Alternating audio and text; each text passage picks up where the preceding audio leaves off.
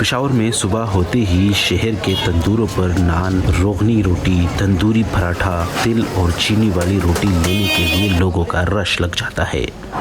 इन रिवायती रोटियों में जगह बनाई है अब पिज़्ज़ा रोटी ने, जो पालक, प्याज, लहसुन और बेसन से बनती है। ये हम 30 रुपये का ये दे देते हैं, और पिज़्ज़ा तो 100, 150, ये 200, 250, 400 का, वो तो महंगा है ना, ये सस्ता है, इसलिए ये लोग ज़्यादा पसंद करते हैं। ये गरीब लोग भी खा सकते हैं, अमीर भी लोग खा सकते हैं, और सब लोग खा सकते हैं। बहुत से लोग महंगा पिज़्ज़ा खाने के बजाय सब्जियों और मसालों से भरे इस देसी पिज़्ज़े को पसंद कर रहे हैं। बच्चे शौक से खाते हैं, मैं तक हम खुद भी घर में ये ले जाता है, अगर रोज़ाना नहीं है तो हर दूसरे दिन जो है ना घर में ले जाते हैं, शौक से बच्चे खाते हैं। और हम जब यहाँ पिज़्ज़ा नहीं होते तो हम ये रोटी खाते हैं, इसके साथ सालन का भी कोई ज़रूरत नहीं होता, चाय के साथ भी मज़े से हम खा सकते हैं। और जब पिज़्ज़ा बर्गर नहीं होते तो हम यही रोटी खाते हैं।